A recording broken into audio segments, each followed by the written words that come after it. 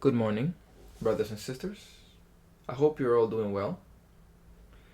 This morning I was reading the words of Reverend Sun Myung Moon, who I have faith in and in whose teachings I've been practicing and whose teachings I've been following for quite a while now, a bit more than 10 years.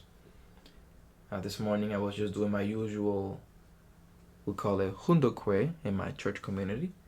That is daily reading of God's words, given through Him. And I'd like to share with you a little bit about my views on inter-religious cooperation and what that means for us and what sort of humility we should have when we think about other world religions.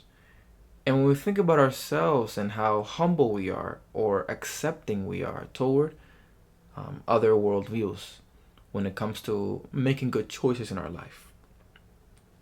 Okay, my name is Jorge.Cuello Espinosa. It's a long name, and that's how we do it in Dominican Republic. We have a first name, middle name, and 2 last names. All right. Allow me to share with you. This won't be too long now, but allow me to go through my bullet points here. And the first question I'd like to ask is this: what does God's ideal world look like for you? What is the world that God envisioned at the beginning when He created Adam and Eve, His children? What kind of dreams did He have, and what did He wish for the world to be like? I have been reading something called The Divine Principle for a while, and it became a very important book for my life. In it, it does talk about the relationship we are to build with God. First, Divine Principle says that all children, that is, all of the descendants of Adam and Eve, would be able to communicate freely with God and have a relationship that is free of guilt, free of sin, and free of all types of fallen nature. I think all of us can admit that we have bad habits and that we behave in ways and we say words that are just mean and rude sometimes. We don't even know what's going on. In our physical body, we're carrying all these sentiments. And even historically, we carry issues of race, wealth, the rich and the poor, the free and the slave, all these things, we carry all of it. And when we have conversations with people and when we look at ourselves in the mirror, we wonder, geez, I'm really far away from God's ideal. However, in the original world that God created, according to the revelation of Sun Myung Moon and his wife, Hakjahan Moon, we are supposed to live free of shame, free of guilt, free of sin. That is possible and attainable on earth. How long will it take us before we really begin to live a life that is free of these fallen natures and free of worries, and not just free of worries, but filled with positive pursuits of things that really make us happy? How long will it take us, do you think, until each one of us individually and as families and as a country will be able to develop that kind of pure relationship with one another, respectful brother and sister relationship, parent and child relationship? How long do you think it's going to take us? I think it will take us a long time. The specific topic that I want to touch on today is called interreligious cooperation. Now, the topic interreligious and interfaith, or the mixing and the unification and the cooperation between different worldviews, is something that has been coming up into the surface since maybe the 1970s 1980s and 1990s. In particular, I know that my Unification Church, that is the religious organization created by Sun Myung Moon and Hak Jahan, has been very busy in doing what is called ecumenical, I think that's the correct word, ecumenical activities, and trying to find a way to really bring together different worldviews. I'd like to read a few words, just literally a few words today, of a short speech given by Reverend Sun Myung Moon. Now, I'm reading from Cheonseongyang, which is one of the biggest and most authoritative collection of his sermons. This was printed maybe 2013, 2014. And I'm reading in a section talking about life of faith. And he talks about here his faith. And this is what he says. By raising people or descendants who share my faith and philosophy, and by establishing a foundation whereby my philosophy can be bequeathed to posterity for tens of thousands of generations, unification thought will be the thought that engenders a new global culture. This is my view, and it is God's view. Amen. Aju. So I read one little paragraph. This is from a huge book, by the way, but I read this today myself, and it made me wonder, He said that if we raise people, that is, if we teach them our worldview, our faith, and philosophy, right? And when I say our, I'm referring to the one coming from him, right, Reverend Moon. I say our because I'm included in that. He said that if we're able to pass this down for generation after generation, this will be the main idea that's going to give birth to a new world, basically.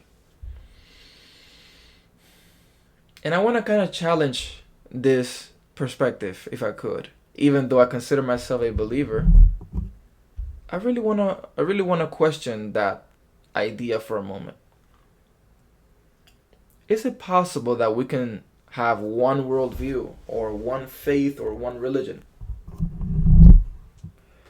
If we can be honest, nowadays people are really defining themselves who is God and who is their version of God. I've had a few friends, even a few pastors, a few leaders, church leaders, and sort of, good people say, what is your God telling you? People talk to me like this. This is a very interesting question. We have to question that one. In the viewpoint of the Unification Church, we believe that people are meant to become like God. If you go a little bit further, this may sound like heresy to many people, but if you go a little bit further, there are several speeches we can find where Mr. Sun Myung Moon say that we are God. Now, when you say this word, and you can interpret it in your own way, you can begin saying to yourself, well, if I am my own God, right? If I have my own faith and my own tradition and my own worldview, then where's the standard for right or wrong? Pure or impure? Moral versus immoral? If we say that each individual person has, as Christianity says, individual salvation, they say, salvation is up to individuals alone. No one can say, you're saved because of me, or I will save you. You have to make a very personal choice. So when we think about these things, it's a very deep topic that I'm introducing, I know. But can there really be, therefore, a superior faith that can embrace all cultures? That is actually the worldview presented by Sun Myung Moon. And I really want to challenge that. Yeah, I'm challenging my own worldview right now, because I say that this is my worldview. And for those of you out there who have never thought about this, I wonder how you feel. For example, those of you who are Buddhist or Christian, do you think that Christianity is the only true religion? For sure. If you look at Islam, Muslim people, all right, I've had conversations with many of them, and they definitely say, during the last days, when Prophet Muhammad returns and the judgment occurs, and Jesus is going to return, they say, Jesus is going to return. And they say, everyone is going to be, if I understand correctly, they say that people will be transformed to have the Islamic perspective. And God will come gather those first. That the Muslim people are the first ones who are going to be saved. And if you're not Muslim, you won't be saved. That's what I remember them saying to me. Now, Islam has a very different perspective about many things. They do talk about free will. And they talk about free choices in terms of joining their religion. They don't say you have to join by force. Islam is a very interesting religion.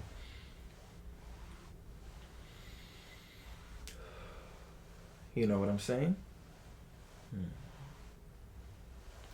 Let's talk a little bit about a personal story I had, which really helps me share with you as I conclude. I'm almost going to finish here, but let me share with you a personal story I had about humbling myself in front of a doctor in terms of faith and religion.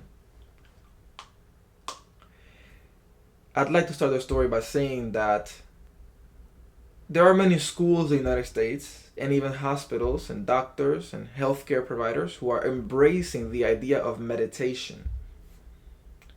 Have you come across those people? They talk about mindfulness, coping mechanisms, And this is especially real and manifested when you are dealing with mental health practices and social workers and therapists and psychotherapy. And this is where you really find your individual truth, because you're dealing with your feelings now, your truth, your, bad habits or your issues. And you can now, you cannot say anymore, my faith is going to save me, or my church, or my pastor, or my leader, or my, some Bible verse, because you're dealing with things. So I had a conversation with a doctor where I was dealing with some personal issues. Had some really terrible headaches. This was a neurologist. And I just kept going back to her. And she was, I eventually realized that what I really need to do was focus on myself and my thoughts, not take prescription medicine. Okay. She said, I think you're right, Jorge. I think you should focus on those kind of like mindfulness techniques. But when it came to my description of what was going on and my solutions, right, I didn't use the word mindfulness. Why didn't I use the word mindfulness?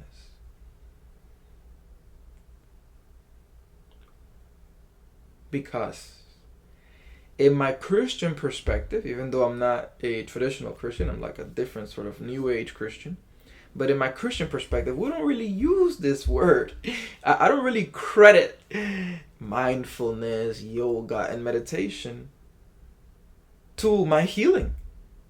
I told her a little something. I try to use a little more Christian, peaceful prayers or prayers for peace, something like that.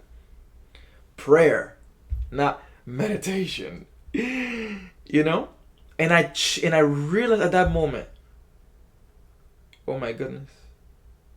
Even I myself have difficulty fully humbling myself to accept the fact that there are other ways to even talk sometimes about what's right for me or wrong for me. Therefore, I'd like to conclude this message by saying that when it comes to defining for ourselves what is true or what is untrue, what is right or wrong in fact, when we're judging people, people's habits, whether they're smoking, or drinking or whatever else they're doing. And we're trying to say, that's not right. And we're really quick to judge. I'm really the first person to admit that I have that habit. Like, I really look at people and I'm really wondering in my heart, can I really look at her? Can I really judge her? And I can't. So when we're speaking about the ideal world, and what is the faith that God really needs us to inherit and really practice, what are we talking about? It's an open-ended question.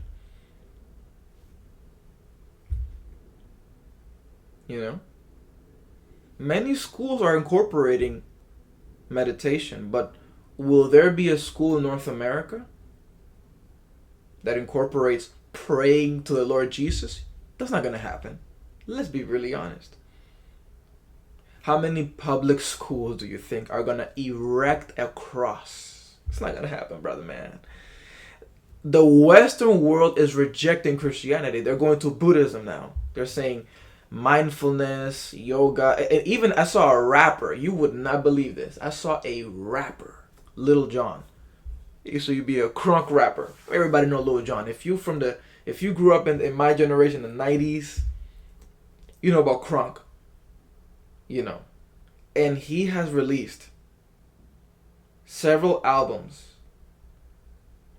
talking about his meditation, mindfulness, peace. I want to conclude this message by saying that I will pray for all of you here in this message. I'll pray for myself, brother, because in terms of defining what is a true view of God, the true worldview that we have to adopt to really change our lifestyle, and not just change, but also respect one another, it'll take us a long time. It starts from the individual level and then work your way up. How can I really respect and appreciate my brother, my sister? Maybe we don't have to act like they do, but can I really respect that this is the way God is working through that person? This is very difficult to do that. Thank you so much for listening. I really wish you a wonderful day, and I pray that God can bless you and your family at this time. Thank you so much. Hope to see you again.